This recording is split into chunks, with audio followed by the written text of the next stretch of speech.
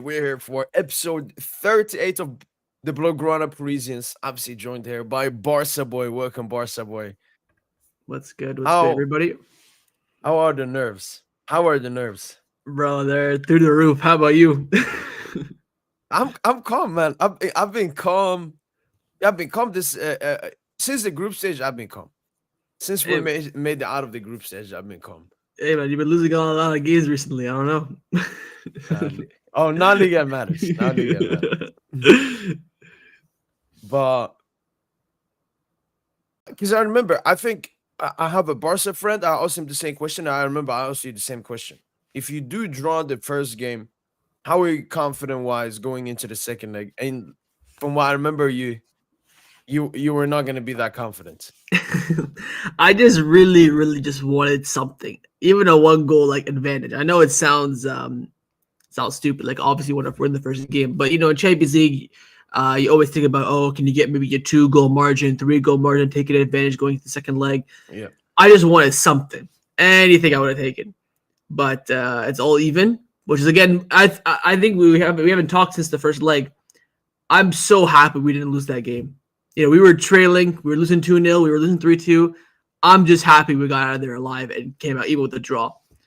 But the second leg is all to play for. I don't think Inter are that great. Like, we played them, we were the better team. I'm telling you, Mo, there was not even 5 minutes where Inter had a little bit of possession. They looked threatening. Nothing. All they were doing was just Dumfries facing, a cooked Inigo at left back. That's all they were doing. And they got 2 set pieces. Inigo slipped for the Thuram goal. We dominated the game. We should have had more goals as well. But all to play for now at the San Siro. And I don't know, man. The green kit, May 6th, everything is lining up for it to be a howler, man. I don't know. For me, the Barca Inter game, it was Barca's attack versus Barca's defense. That's what it was. Yeah, I'm kind of sad because I do think our defense is good. I don't think it's, I see a lot of people, especially in Europe, they've been criticizing it recently, conceding 3 to Dortmund, then 3 to Inter, 6 goals conceded in their last 2 games. And even, since the start of April, we've won all of our games by only 1 goal. We haven't had a win by more than 1 goal in quite some time. I think the last time we won a game by more than 1 goal was Dortmund 4-0, if I'm not mistaken. So the criticism is coming in for that a little bit. But I do rate our defense. I just think, the Dortmund game, we're already, through. We weren't, looking at it too much. And, of course, 2 against Madrid, 3 against Celta. We had 1 against Valladolid last weekend. But all the goals were not, even the ones against Inter, there weren't defensive mistakes. They're all just set pieces, fugaziness, nothing where I see like a defensive mistake, a high line error, nothing like that, right? Maybe Indigo slipping, you could say, was a mistake. But I still think our defense is pretty solid. Especially, past before April. We've kept a lot of clean sheets, especially since Szczesny's come in. I do trust his defense, but it has been leaking some stupid goals, I would say, lately, Yeah. For me, it was more Inter, in my opinion, they defended really well. Like, you only had 1 big chance created. But what made you guys score 3 goals was individual brilliance. Like, it took Yamal a crazy effort, a great pass from Pedri, and a great effort from Rafinha. Whereas for Inter, it was easier for them. Look at the goals they scored. It was... I disagree with that. I think I agree with you at the end that Inter's goals were easy for sure. They had 2 corner kicks and they scored both of them. And the 1 goal they scored was a slip. Of our 2 goals, 2 of them were individual brilliance. Lemi and then the Rafa shot, even though it's an own goal. The only of the 6 goals, the only 1 goal that was scored from passing, possession, opening up was the Ferran goal. How we worked it down the right-hand side, with the ball over the top, Rafinha cushion header, we opened them up. I don't think you said that Inter were defending, well. We didn't have. We had a few chances. Ferran missed 2. You're probably the best attack. Obviously, you're gonna have, but of course, but I don't think Inter were like rock solid. They leaked a few chances. We could have easily have won that game 4-3, 5-3.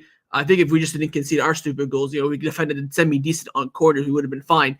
We had a very good corner record. I think we talked about this, back in January. I think until like February or March, we only conceded 1 corner. That was against Leganes when they beat us 1-0. And they they beat us at the Montjuic in December. But now all of a sudden it's getting different. But I don't think Inter. I wasn't like, oh, the defense is so good. Oh, it's hard to break them down. We broke them down. Yes, I think like 9 times out of 10, it was just Yamal just cooking on the right-hand side, creating chances, getting to space, dropping players to, of course, create overloads in other areas. But I didn't feel that, oh, this Inter defense is so hard to break down. Oh, it's rock solid. Oh, look at Bastoni, Acerbi, Bisek. Oh, Canloglu. We got through multiple occasions. We just weren't that clinical, but also I think most importantly, when you concede 3 goals, it is going to be an uphill battle to get a goal. But you have to give this team, man, they keep doing remontada after remontada, coming back after 2-0, coming back after 3-2. So the mentality is really showing and proving me wrong, especially when you look at it against, even Madrid, Copa del Rey final. Like you see here, we were down 2-1, Celta down 3-1. A lot of the games this past month where we've only won by a 1-goal margin, we've been down in the scoreline in quite considerable times, and we've come back. So as long as we get the first goal tomorrow, I will be very, very confident. But I think if we concede first, give Inter the boost, give the San Siro something to cheer about as well, that's where it's going to be a bit of a sticky wicket for me. In the second half, I felt Barca dropped down a lot. Like in terms of like majority of the great stuff he did was more in the first half, and then Inter, with that offside line, with that offside trap, with the high line, created, it was so easy. Like that offside goal, for example, legit, they just passed it like this, ball to Dumfries, inside goal. Do you think maybe you were chasing, you wanted to get a win towards the end of the game? We obviously saw Pedri subbed out early, maybe it was fatigue from the Copa del Rey game. I think we didn't look too bad. I think the second half started a bit slow. That they scored they scored, and we just immediately responded. But since the Rafinha goal, there wasn't really too much for Barcelona. There wasn't too much for Inter. Like I said, I don't think apart from the 3 goals they scored, they had one other chance. I think it was Dumfries. I can't remember. I remember the Marco one. The Marco one. Yes. That was right at the start of the second half. Apart from that and the 3 goals they scored, they didn't get in behind. Like I said, I didn't feel like there's any moment, any phase of the game in the 90 minutes where an Araujo tackle, like Thuram had that's just a ball. Yeah, I think even the other one where Kubarsi had a tackle as well, but that was just 1-2 pass. It wasn't like something crazy, but I don't know, man. I feel this Inter team is definitely gettable. I think the most important thing and the way that I would set up this game, and I said this in my match review. I think Inter played peak performance. I think they played like everyone was at 200% for their team, and they only got a draw. Whereas Barcelona, I think we played at like an 80%, where we were looking good in attack. The defense were making some key errors. So 100% versus 80% is a 3-2 draw. So imagine we go at 100%, and then we'll see if they can back 100% again. That's how I see it. We played. I think Inter played at their best, and we did it. So hopefully in the second leg tomorrow, it will be different. So, what's your prediction? How do you see yourself? Because I think you need like a defensive performance. The issue is, Lick is even less adaptable than Lucho. Like Lucho, he still wants possession, press, counter press. But when we go away, what we've seen from Arsenal and Liverpool, we've been more conservative, a bit more programmatic, a bit more defensive. Do you think? I think Flick should do it, maybe play on the counter, but he probably won't. I think we'll only do that when we're leading. So a perfect example of that is Atletico Madrid in the second leg of the Copa, where we won 1-0. We got the goal from Ferran, and then once that happened, we sat back, we controlled the game, we didn't have too much of a high line, and it was a defensive masterclass. Kunde had an unbelievable game, Balde, Ini, Kubarsi.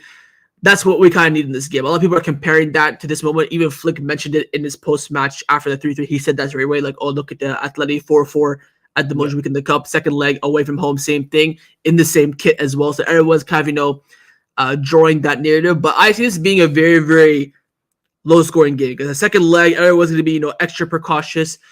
I see this being, a 1-0 or 2-1 for either team. I'm my prediction, my preview today, I said 1-0 for Barcelona, just to keep on the same as the cup final. Barcelona have a very good record in scoring in the first half in the Champions League. I think the only half where we didn't score in the first half was Benfica round 16 first leg, and then Dortmund second leg when we were already out 4-0, so we had no really incentive. But even just this season, let alone in the Champions League, our scoring in the first half is a very, very strong record that we do have. I think as long as we score first, I'll back it. I think if Inter get the first goal, I think anything could happen. Of course, I back this team. They've come back so many times. I can't say we'll lose this game, but it will be an uphill battle. They were down 2-0 at the Montjuic, but that's your home stadium, so it's going to be a bit of a better feeling. The team, you have 50,000 people cheering you on, not 75,000 people Yeah. booing you and hoping you lose. So I think it'll be a tight game, especially now with it being a second leg. So I'm saying 1-0 to Barcelona. But how do you see it? I think Inter got a good result. Obviously, if away goals were counted, it would have been even better. But I think they got a good result. The expectations from Barca and everyone was getting a win, maybe even a 2-goal lead win, take it comfortably to San Siro. So I think Inter, half the job is done, and they have the other left job. Obviously, Inter Milan as well. I think they're out of the cup. I don't see them coming back. Like the lead that Napoli have now, they're not going to lose that lead as they've been focusing on the league this entire season. You never know. It's only 3 points with 3 games left, so Napoli drop off once and Inter can come back. So it's still tight, but yeah, I see your point for sure. Napoli do have a big advantage. And yeah, I don't think they're gonna get that Fugazi easy goals. Obviously, Barca will concentrate even more, not conceding those goals, but I don't see that happening. And then, as you mentioned, it's gonna be a bit hard seeing Inter score. Whilst when it comes to Barca, I can see how Barca could potentially score a goal. And as you see, second leg, if you get an early goal, more space. I'm just so worried about Inigo at left back. I rate Inigo, of course. I think he's been one of the best center backs in the world this season. He's an elite defender, but just for pace, especially against Dumfries, that is my main super concern. I'd rather have Inigo than Jordan Martin, which shows how shit Jordan Martin is. But that's my real concern, because we saw in the second half how Dumfries got behind Inigo a lot, but thankfully, Araujo came in last second, or Kubarsi, or whoever it was making that last tackle. That's my big concern. We're going into this match with neither of our starting fullbacks or starting striker. They of course they have everyone bar maybe Pavard or Lautaro, but apparently both of them are maybe going to be making the game. I know some people in the chat have been saying that Pavard is potentially out, but this is the time to risk players, right? So they need some painkillers, whatever the case may be. They'll get them on that juice. So we'll see. But yeah, that's a big concern. Just to your point. Yeah, and I'm no. It is confirmed. Benjamin Pavard has not been called up, so I think it's still too early, right? Again, you can this is what the media will say. I've seen this before with Barcelona and Madrid back in like 2011. All the players out last second. He makes a recovery and he's back in. Until the squad list is out, I won't believe it, especially how big of a player he is, and especially how the fact that he's so close. A couple painkillers and he can play. So, all right, we'll see. And the fact that he trained as well. So this today. Yeah. But it said that he left training mid training or something. Yeah. Midway. But to be fair, the German player who played in his position, he had a great game at the Montjuic. I thought he played a really solid game. But that's not really even if Lautaro plays or not, I'm not really worried about Inter in terms of their players. It's more about their system and their style of play that worries me. And I think whatever player comes in, it won't be a drastic difference, especially being their home stadium. But yeah, I'm just more worried about our back line, which we'll get some height now with, Araujo expected to start. But is Lemma back? Lewis back. He'll play the second half if needed, but he won't start. So we'll have Ferran starting, unless maybe we're have a lead. He'll maybe bring on Lua to help with the hold-up play, help on corners. Not in the corners, when we don't have Lewandowski, we look so fragile, because he's the one player at the that's marking the near post. So when the corners come in short, he's always the one that wins those headers. So he's a tall guy, has a good leap on him as well. So he's very, very important for us in defensive aspect and set pieces. And without him, Ferran Torres is not only shorter, but doesn't have a jump on him. We're quite short in terms of set pieces. That's a big worry. Hopefully Flick has something planned. He was saying today in the press conference that, I don't think height's an issue. It's more so how we set up and how we adjusted and how we defended. But it's in Flick's hand now, so we'll see. Have you seen that video about Pedri and Gavi? So like when Dumfries kicked that ball in, Pedri did like this, and then they show videos of Gavi just heading the ball. You think Pedri could have done better there? I don't remember seeing that clip, but a lot of our players like that. Even Ter Stegen against Valladolid, when he goes to come out, closes his eyes. It's fucking like, bro. I'm not surprised. Of course, it's quite clear who the ones that are, able to go in the air. If Pedri is the case where he's going to be ducking for headers, have him sit on top of the box. Have him, sit in. Maybe if Rafinha is a bit more braver, put him in the box. It's not maybe not much of a height difference. Yeah. Just these little adjustments, little tweaks. I'm probably that kind of player too. I don't really like going for headers. Maybe I'll go for a free header, but that's the one I never, do it when I was playing and when I still play now. But so I can understand that. You have Gavi who's shorter, but he has a huge leap on him, and you'll put his whole skull on the line. Everything. So it's all about, we have so many assistant coaches, analysts. They should be knowing this. Shouldn't be coming from me to, say that. But hopefully these little things where you maybe take Pedri out from the box, put a Varane in, put a Rafa. I'll probably keep maybe Lamine and Pedri outside the box, and then everyone else can be in the area. Yeah. So we'll see. Just don't concede corner kicks, I guess. Hopefully we'll be a bit more concrete with that and not conceding too many corners. Well, again, we only conceded 2, and we scored both at the Montjuic, so I don't know. Yeah, I think you tweeted something about it, like how stupidly that corner got given away. I think it was Pedri. Yeah, so for ball the loss, and then Inigo had to clear it because they had like a ball in behind or something. Yeah. So Pedri lost the ball in the middle, and then they went down the left, and I forget what happened after that, whether they crossed and Inigo blocked it or whatever. But Pedri was the one that lost the ball. And then for the second goal, it was Denny. They had Denny Olmo marking Dumfries. See, stuff like that. It's just like that makes no sense. Dumfries, one of the taller players, being marked by one of our shorter players.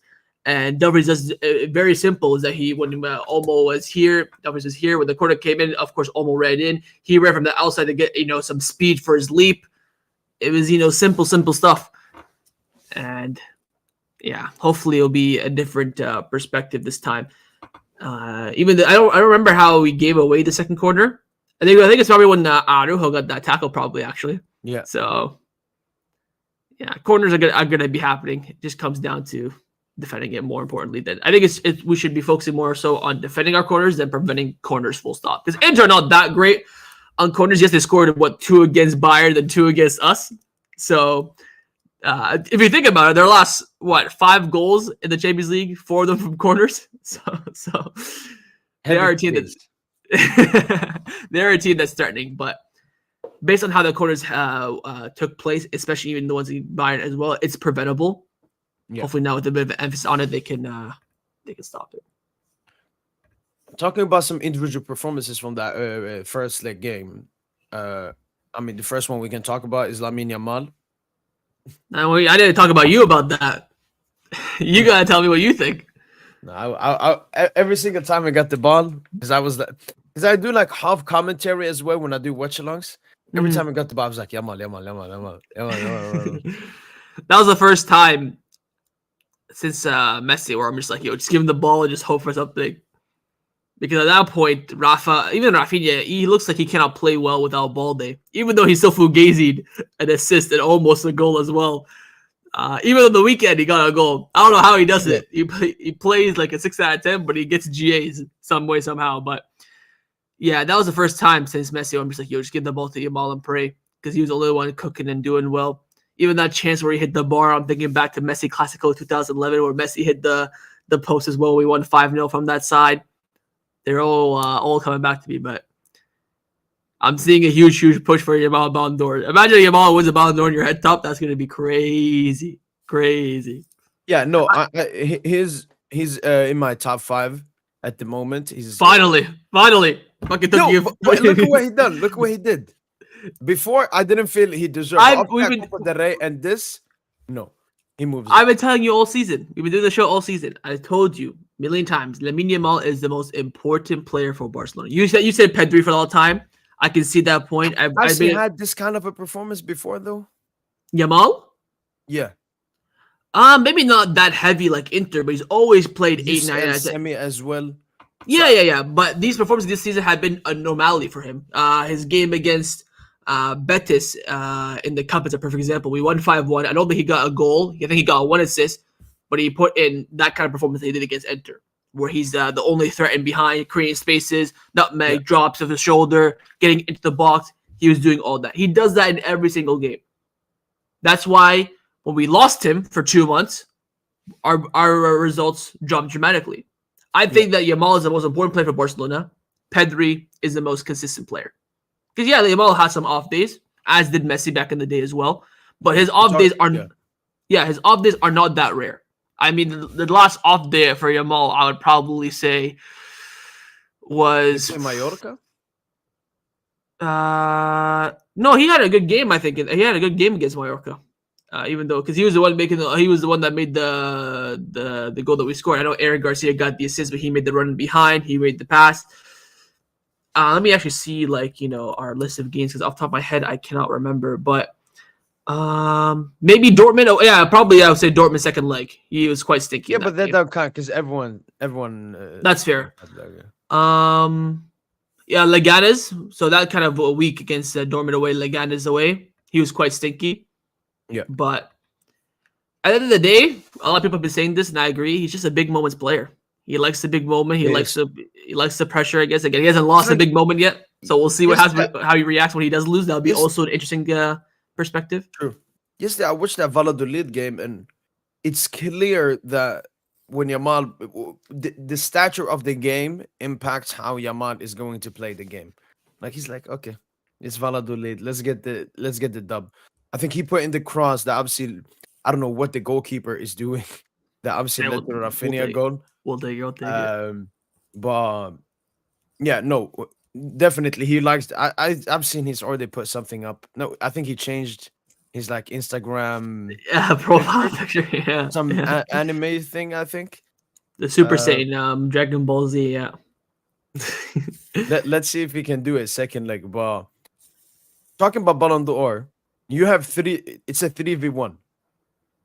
You got 3 guys. I only have 1.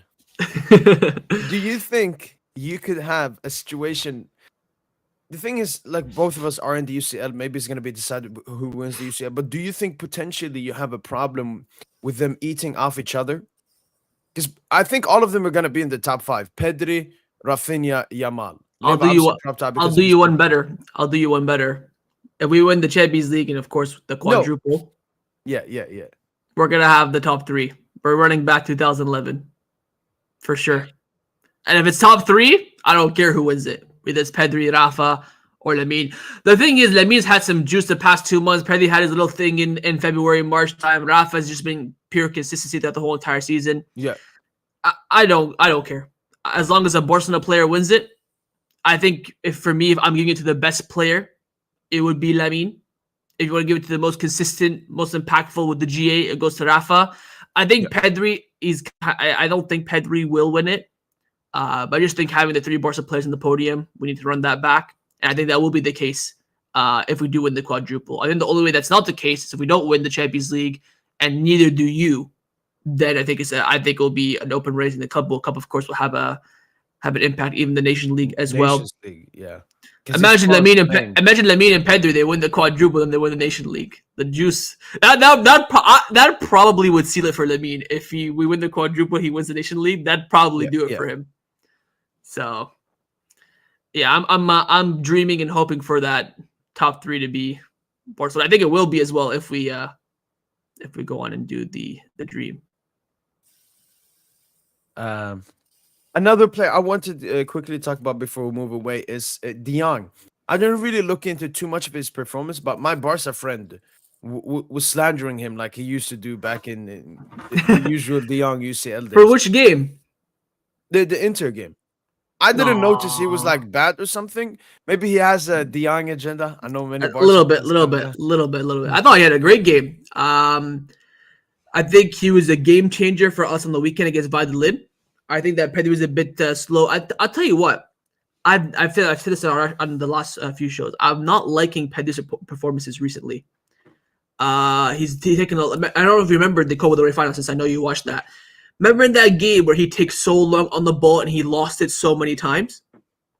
He's doing that a lot lately. He did it against Inter. He did it against Mallorca. He did it against Valladolid. Worst team in La Liga. Why did he play the Valladolid game? I think Flick, he wanted 45 minutes for each midfielder, Pedri and De Jong. Because again, we're still in the fight for La Liga, so he wanted to have some sort of, of a strong team. And Pablo Torre did get injured, so maybe that was the reason. But Pedri, the past few weeks, yes, his tempo, reading of the game, his tackling, on the ball, off the ball work, all fine, all perfect and beautiful. But in possession, he's taking so many extra steps, extra moments. I don't know if the pressure getting to him or he wants to try and find that pickpocket pass. See how he got the pre-assist for the second goal against Inter. Got the ball, bang, straight away, long ball to Rafa. He already saw the ball beforehand. But when he takes his time, he looks, gets pickpocketed. He's losing the ball so much in the midfield. Frankie de Jong has been the difference maker. He's the one that controls the midfield, makes the darting runs. Because Frankie de Jong's not really a passer of the ball per se. He'll pass maybe out wide to the fullback if need be. But I'd say 7 times out of 10, he'll pick the ball up, make a run forward, pass 2 or 3 players, spray it out wide to either of the wingers, and have, an attacking transition going. He was so important for that against Valladolid. He was the reason why I think that we did go on and win the game. You look at the action that he made that created the Lamine Yamal cross for the goalkeeper mistake, and also for the pass to Christensen that led to Gerard Martin's cross into Fermin Lopez. Yeah. All these things are what Frankie does. He's been very impactful in the new year. Like I said to you when we were talking about the Ballon d'Or during the international break, in terms of top midfielders, I think he's right up there. I think he's been performing exceptionally well. There's, of course, moments defensively where he could be doing a bit better. But at the end of the day, when you play high risk, high reward football, defensively you rely more so on your back line than you do your midfielder. That's why him and Pedri work so well in the double pivot. So I think your friend maybe has a little bit of an agenda, maybe looking for someone to scapegoat for the game, but that's football. That's football. Adriano. That's just been a joke that's going around for Barcelona because, bro, I don't know how Lautaro pulled his hamstring, which is, usually 2 to 4 weeks out. He's back a week later. And then there's a clip that came about from Gary Neville. I think maybe someone mentioned this in the chat. He was talking like 4 months ago, when he used to face Italian teams back in the 2000s when United would play Juventus or Inter Milan that they'd finish the match tired, sweaty, like drained, and they'd come off like not even breaking a sweat because they were doping and they were juiced, which I think in the end Juventus got caught for. So everyone's kind of comparing that now to the same thing because their players are supposed to be out for 2 to 4 weeks. And with hamstring injuries, it's not that you can rush it. Maybe with ankle sprains, you can rush it. Put some painkillers, it's fine if you sprain your ankle. But with hamstring, it's so hard to do that unless, you cheat. So we'll see. Maybe after the game, he does some doping test. He comes back negative. We win the game. We'll take him. I don't know. But the juice they're using is a bit crazy. But did he have the same as Dembouz? I don't know. Let's check. What do you know what Dembouz's injury was off the top of your head? It is a hamstring, but it's like a strain. It's I a think strain? that makes it less. I'll see here. But yeah, they're coming. Strain in his right hamstring. Yes, it's the same. That's what the Booz had. Lautaro got the same. I'm checking now, but look, I'm looking through the stuff. Like I was like, oh, very small chance, very small chance. Here it is. Lautaro Martinez has various clinical and surgical examinations this morning. It's found that Argentine forwarder has an elongation of a flexor muscle in his left thigh. So elongation, I think means it's when the tendon is very, very tight, and when it's tight, it needs rest in order to recover. So that's the crazy part. But you didn't mention your score prediction for Inter and Barca. Like, what do you think is gonna happen? 2-1. 2? I can't predict how the game is gonna go or anything. I think percentage wise, with the results Inter got, and even with their performance, I think logically they are favorites, mathematically. But I said it in my video. This Barca team is a team I can't doubt. I think the only team that can knock this team out is my team. So, I mean, I can see it would be a bit heartbreaking if you bottled it here, man. I think the only team that can beat us is Madrid, only because of the rivalry. I think apart from that, we are always the favorites. I can see why Inter the favorites is at home. They got a draw away from home. I can understand that.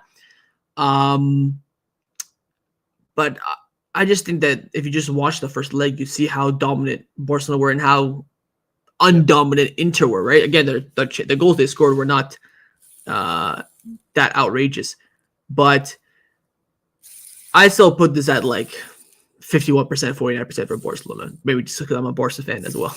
I may have some extra, and we've been the favorites of the Champions League since the Bayern 4-0 probably. So I back us. I agree with you that you said it can go either way. It's going to be a tight game. I think they definitely have one goal in it. Hoping for no extra time or penalties, especially with Clasico on the weekend.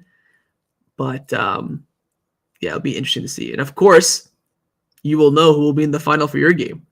And I talked about this in my match preview that I think that will have a little bit of an impact on your game. If it's Inter, for example, you're thinking, oh, easier final. If it's Arsenal, they're thinking, oh my God, we can have an easy final. We just beat PSG. If it's Barca, you're like, okay, let's make this final happen. And if Arsenal, like, oh, revenge for 2006. So I think that whoever wins between Barca and Inter will definitely have a little bit of an impact on your game, but your game's going to be as interesting as well. Yeah. Did you watch the game? I did. What's your assessment? Like who? Because a lot of people, especially Arsenal fans, they're trying to change the narrative now that the game has gone away. Who would you say was the better side? Yeah. I would say for the whole 90 minutes, I would say PSG, but I did feel like first half was all PSG. Second half, Arsenal had the bigger moments per se. I think in the second half, you only had the one chance I remember was when Dembouz was going through. Not Dembouz. Who's going through near the end of the game? They had a chance in front of. We had a Barcola one and a Gonzalo one. I think the Barcola one's the one I'm thinking of. I think Arsenal could have defended much better in the game. They weren't like super Arsenal defending. They of course scored that free kick. I'm thinking, ooh, here we go. But the first half was clear PSG domination. The amount of chances they had. Right when Dembouz hit down the volley, I'm like, oh my God, this is going. It's the way he hit it, the way he was swerving into. I thought the Cavada, at the end of the season, I was in your chat at halftime saying this. I thought the Cavada penalty was a penalty. I know you said it was a bit soft. I thought that was a clear penalty. I think Cavada had Timber on absolute toast.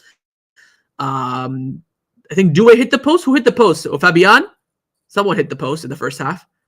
Yeah, Fabian hit the post from that Doué shot, but I think he was outside. But Doué, I think, should have scored that. So again, the first half probably should have been 2-3-0 PSG. The second half, of course, they had that Martinelli chance. They had that one chance in the box when things were kind of bouncing around. Yeah. But you do what you had to do. You had that advantage. You wanted what I wanted. Any advantage, of course, you take it. A draw favoring you in the home game is super, super favorable. But not as I don't think either team dominated the game. Would you agree with that? That neither team, dominate the full 90 minutes? Yeah, I wouldn't say we dominated the game. Maybe you could say that for the first 30 minutes. Because first 30 minutes, it was just destruction at Emirates. Yeah. But I would say we controlled the game. Arsenal are a very, very great defensive side. And they defended really very well. We only had one big chance created. That Barcola chance was offside as well. And obviously Dembouz scored a very low XG chance as well. Outside of the box, bouncy ball as well. So through traffic. So offensively, I'm expecting better from us. But I know that we focus on defending this game. And that's why I want to come to defending wise. We out-defended Arsenal. They had a billion set piece. David Raya and this Arsenal team is fucking disgusting. You don't want to support us. You don't want to see David Raya in a Champions League final going from goal 40 yards to take. It's like NFL.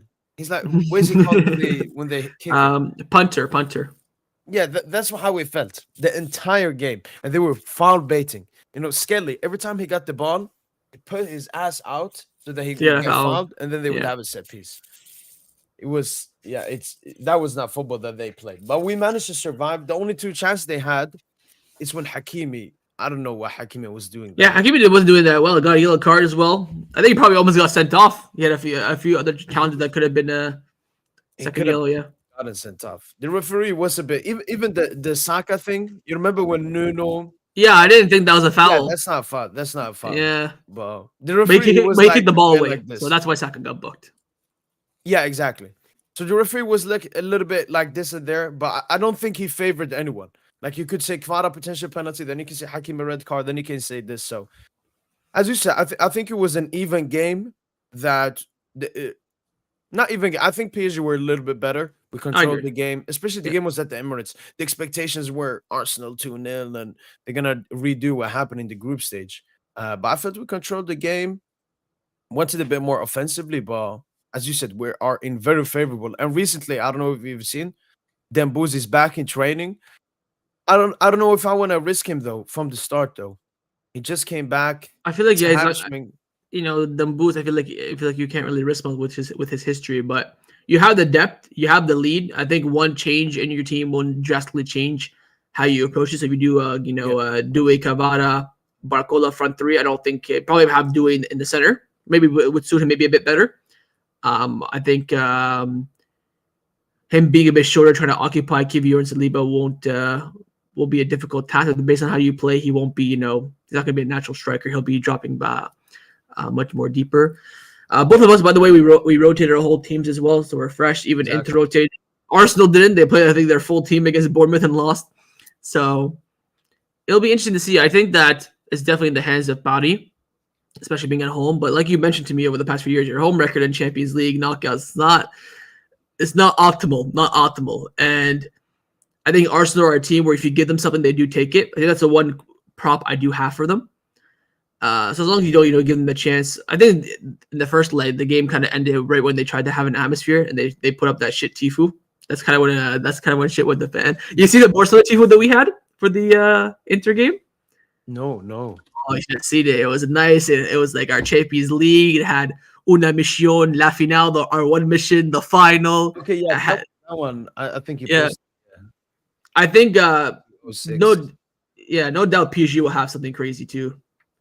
But Arsenal, this is like that was probably their biggest game at the Emirates. They of course went there in 2006. That was probably their biggest game at that stadium ever, and they kind of balled it a little bit. And plus, it's you started playing when the in the daytime because in UK they're an hour behind everyone. So when you started the game, it was still like evening time, like Maghrib, evening time. So there was no like full dark, so it even looked weird.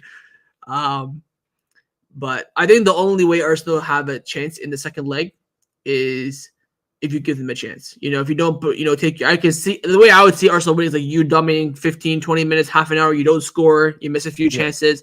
Arsenal get some fugazi, set piece or corner, they go 1-0 by halftime, then second half, they take on your inability to create in the final third.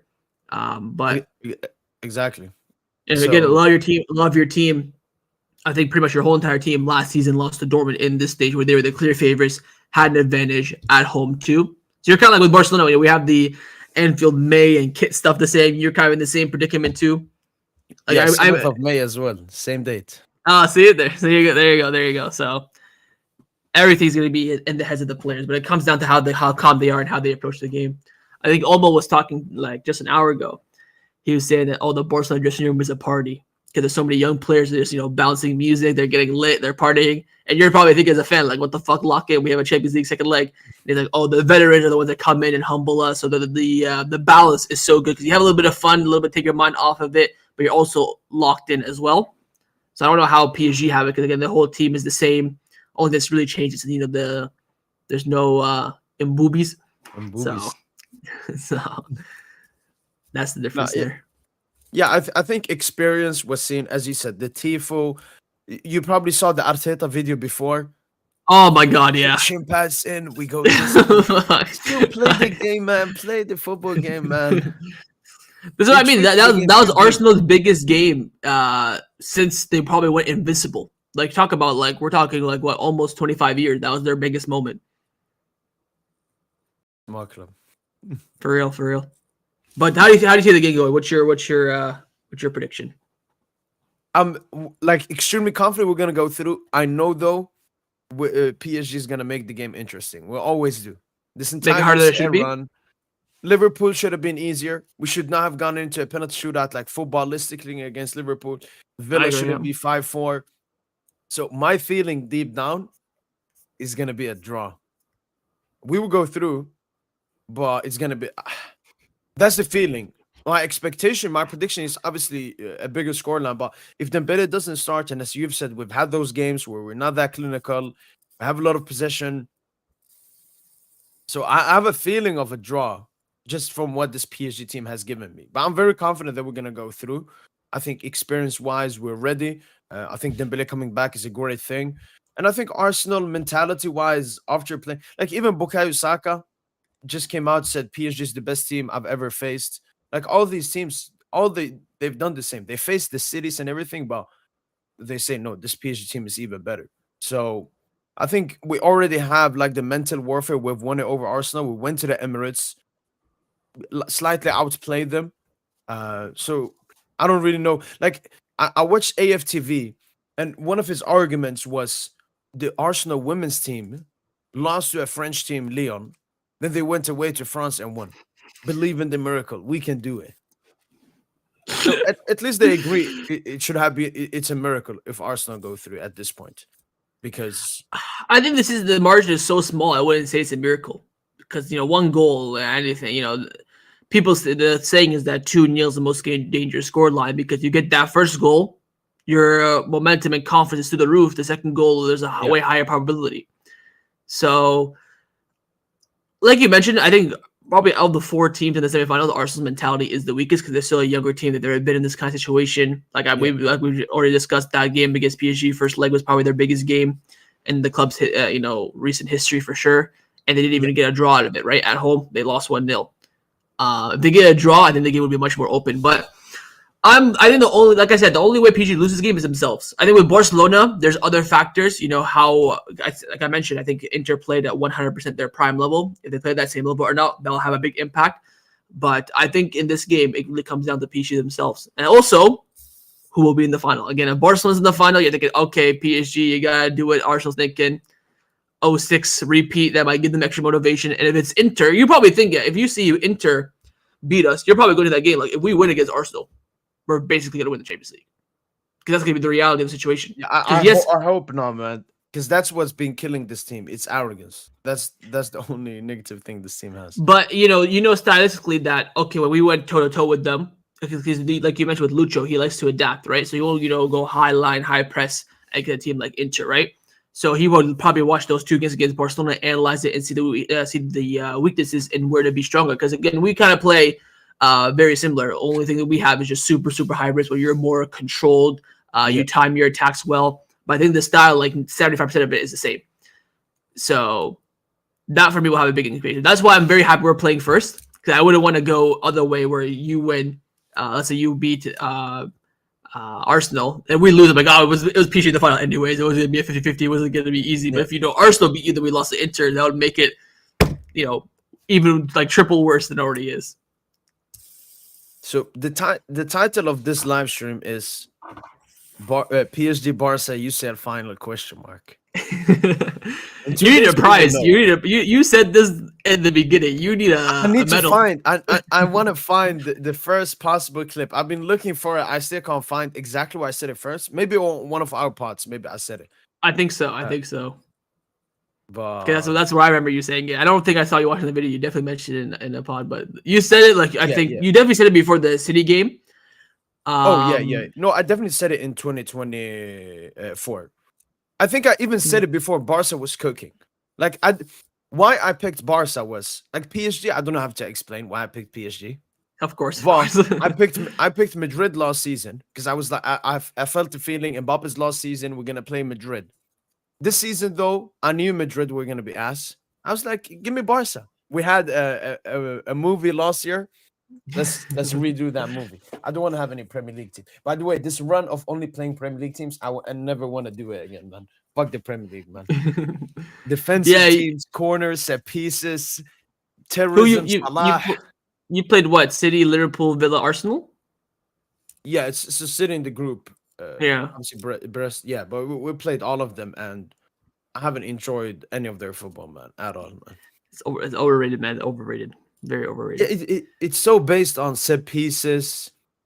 All these fans as well, before the game, they told me, how will your midfield manage versus Rice? We will out-physical you. And then I checked the stats at the end of the game, and Neves won majority of his duels, Fabiano won majority of his duels, and we actually out-dueled Arsenal. So, I don't know, when it feels talking to Premier League fans, you're not talking to football fans. You talk to Premier League fans. Like, they support actually another sport. Disgusting, man. Yeah, same thing with Wow. in the other Europe championships like the Europa League and the Conference League. Same thing, Yeah. same mentality. But I think the best point that you mentioned there was I do think that PSG's arrogance will be the one that tips them off because they had the favorites. They have the 1-0 up, second leg at home. Everything is tailor made for them to have a huge advantage in this game. Arsenal coming back after a loss, even though they played their best team. Like when we rotated, like you lost, nobody cares. I don't care either. I didn't troll. I didn't do nothing. It is what it is. We were both rotated, so we come up. We know for the fact that the priority is midweek, whereas Arsenal were trying to balance both. Yeah. So if they do all that and they beat you, it's gonna look really bad on PSG. Oh yeah, no, we've bottled it. We've because Arsenal are a good side. They're very good defensively.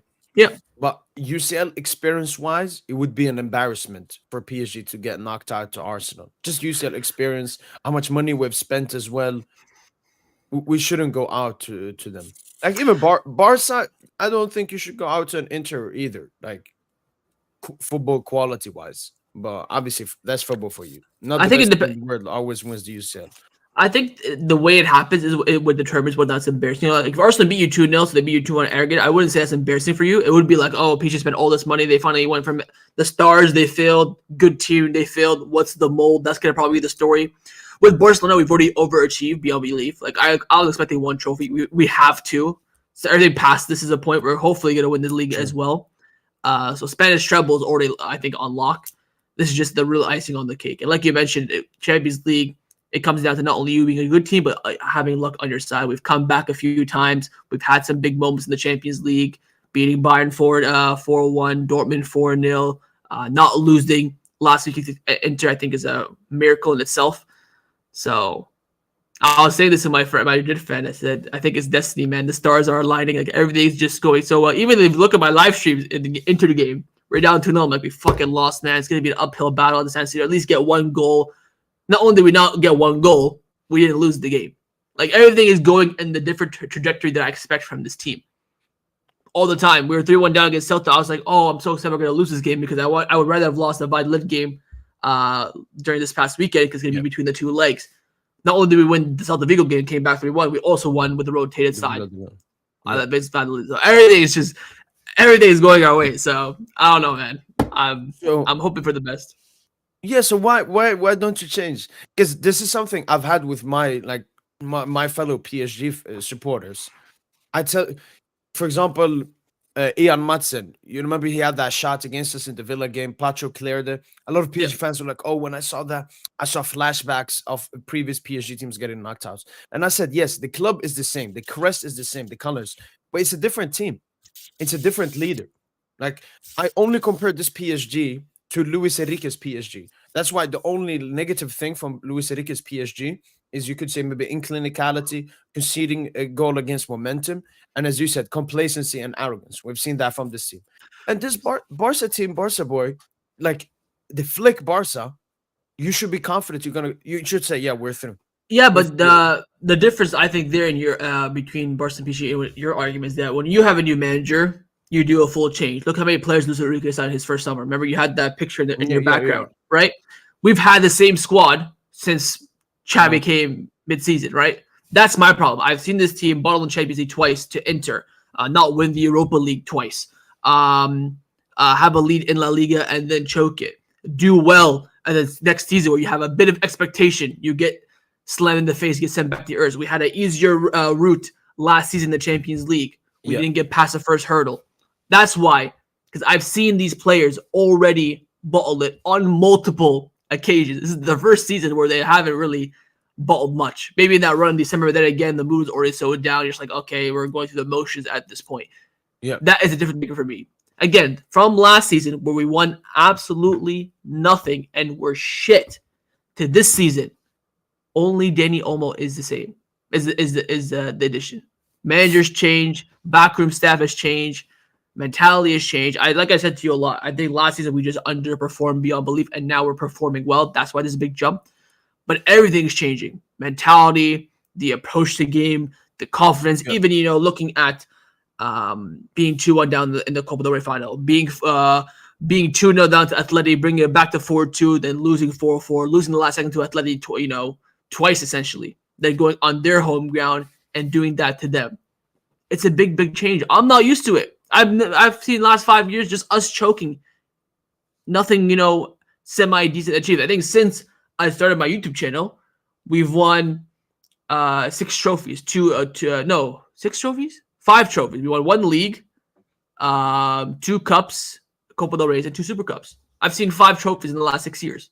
If I do my math, I don't think we've only won 1 league. So yeah, that's all I've seen. I've seen this Super Cup finals twice. I think one to Madrid, one to Bilbao. I've just get knocked out on the Copa del Rey at the San Mamés every single fucking time because that stadium just pisses me off. I've seen us have big moments. Pedri's winning gold against Sevilla to get us top 4. All these things, but I've never seen Barcelona not choke it when it mattered the most. Look at Koeman's Barca. We had a 7-point lead at the top. We had an easy run, and we choked it. We lost to Granada at home. We lost another home game, which I think was Osasuna, maybe something stupid. This is what I've come up with. So seeing this season, us never balling it in one scenario so far, it's a big, big change. So take some time to get used to. So I hope the streak does continue. Yeah, no, because my friend as well, when I talked to him, he was like, "Yeah, it's over. It's over." I was like, "What?" He's like, "Yeah, it's over. We're not gonna go win San Siro." Nah, but as I said, me as a non-Barca fan, this season, ever since the beginning of the season, I think I was one of the first people that genuinely rated this Barca team since the beginning of the season, and I've been sticking through that because, especially every time like you've had adversary against you, like tough times. That's when you actually are your best. When you had Madrid and Bayern in the span of 4 days, that was like the peak of the season. So, look, you had 4 big games. You had Madrid, Inter, Madrid. 2 are done, 2 left. And even the last one with winning versus Valladolid, you can go for a draw in that game. We could lose that game, still be first in the league. I think after that, the issue is that our last 3 games are much, much tougher than Madrid's. We have away.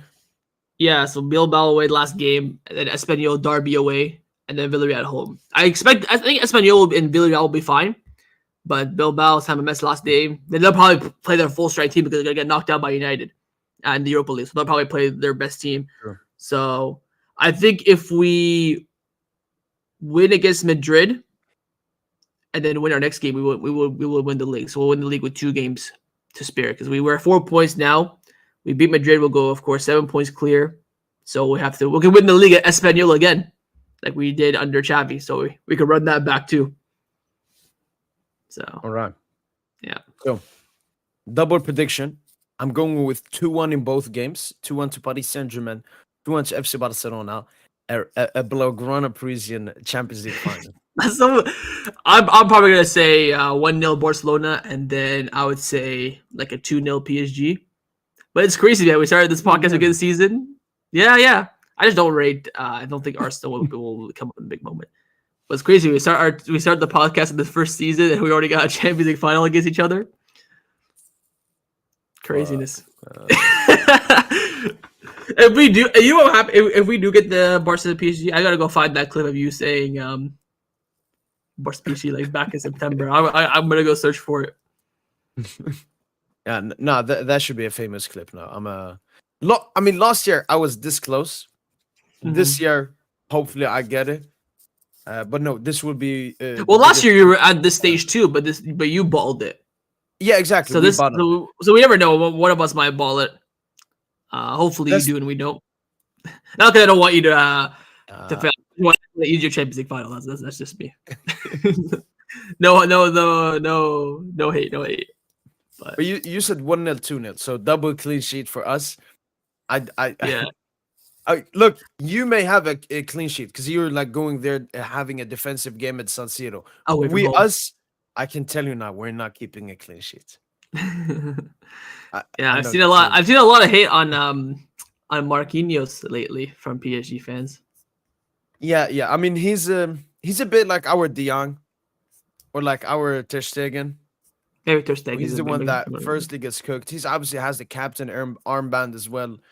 But actually, the one I think that has a good critique on him is Vitinha. I think Joao Neves was really great versus Arsenal. I think Fabio Ruiz was there.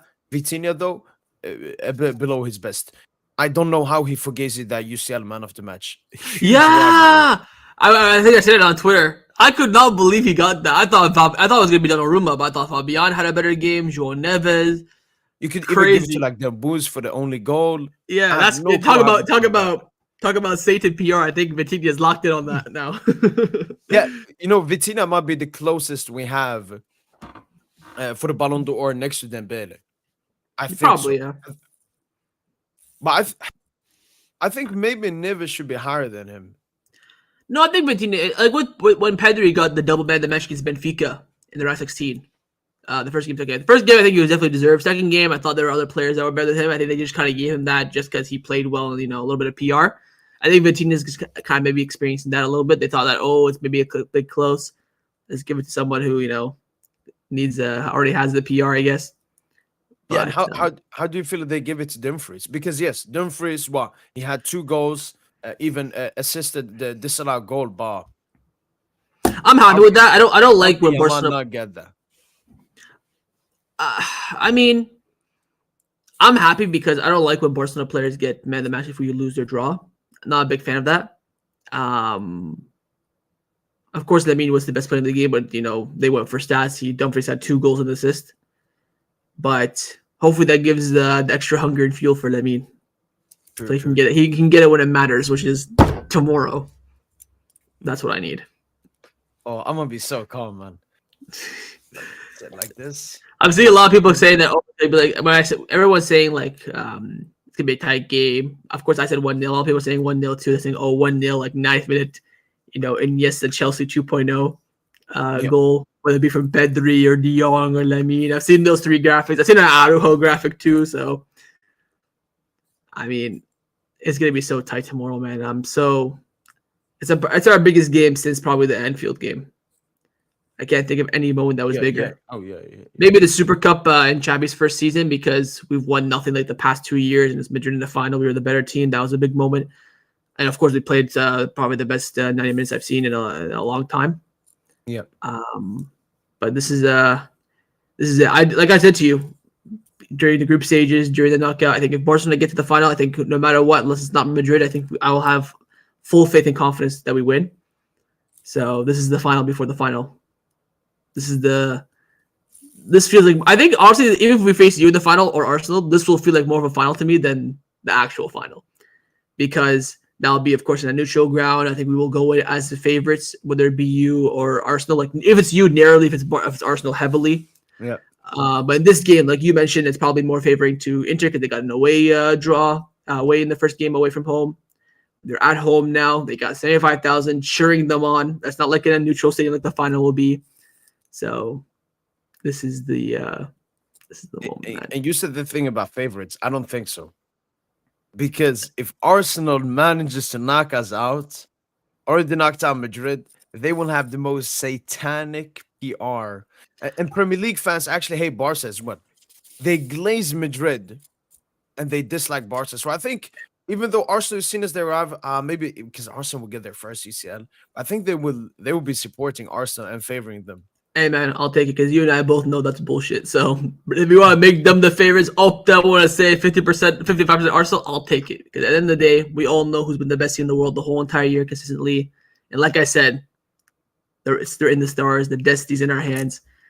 So I will have full faith. I would go into that knowing that we'd win. Not like tomorrow where I have no idea what's going to happen.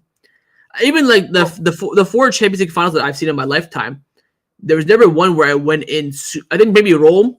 Again, I was a kid. That was like the first one that I actually watched live. The Bari one, I think I remember when I was in Africa at the time in Libya, and I remember like watching the replays of that final. I remember my cousin he really liked Henri at that time. So I wouldn't say I watched that final. So for all the 3 finals I watched, Rome I was very nervous for because the United team was stocked to the rim. But 2011, 2015, I said there's no way we don't win that. Even against Juventus, when we're going treble versus treble, and that Juventus team was so good. The United team was a bit fugazi. They had an easy run. They had, I think, fucking like Schalke in the semifinals. The team wasn't that great. Old Giggs, old Scholes, prime Rooney. To be fair to them, they had like Rooney probably had like 1 year left in his prime. But even with Puyol out injured, I was still fully back in the team, and it'll be the same this time, regardless of who we face. But this team though, PSG, them booze. This will be the hard. I think if it is PSG, it will be the hardest Champions League final that I will witness. I think it'll be harder than Juventus 05, both United and Arsenal, definitely. But I still, again, when Barcelona reached like an important final, I've never seen us lose. I mean, I've seen us lose a Copa del Rey final to Madrid twice. That's it. La Liga, title deciders, like huge ones. Never seen us lose those. Never seen us lose a Champions final. So I'll be very, very confident. Because we just don't lose finals, We just don't lose finals. You don't play PSG in finals as well. Yeah, and you're going to come off the back of losing your first final, so, So that would be hanging in behind. But there's a bit of a rivalry too, so I think Barcelona. I think if we definitely face, I'll be even more confident because last season you beat us. I know this team is already on a freaking uphill trajectory. Oh, the team that sunk us last season, let's sunk them in a better time, which is the final.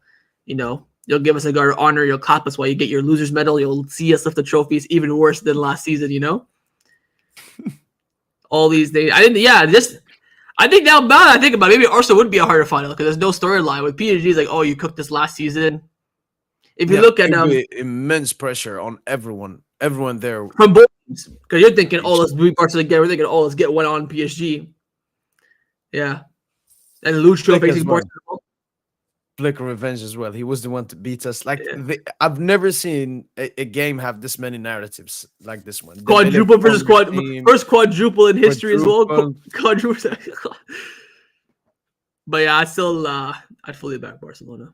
Can we do an Ajax Barca? Celebrate the title together? Like that tweet long time ago. Nah, man. No, this one's gonna be someone. We need a winner. I just want to quickly bring up the super chat. B, thanks so much for the super chat, man. I appreciate it a lot. No, Arsenal are the hated team in the. They are B, but one thing I've realized is a lot of Premier League fans. They are Premier League fans before they are supporters of the club that they support. So they are a Premier League fan ahead of being a Chelsea fan.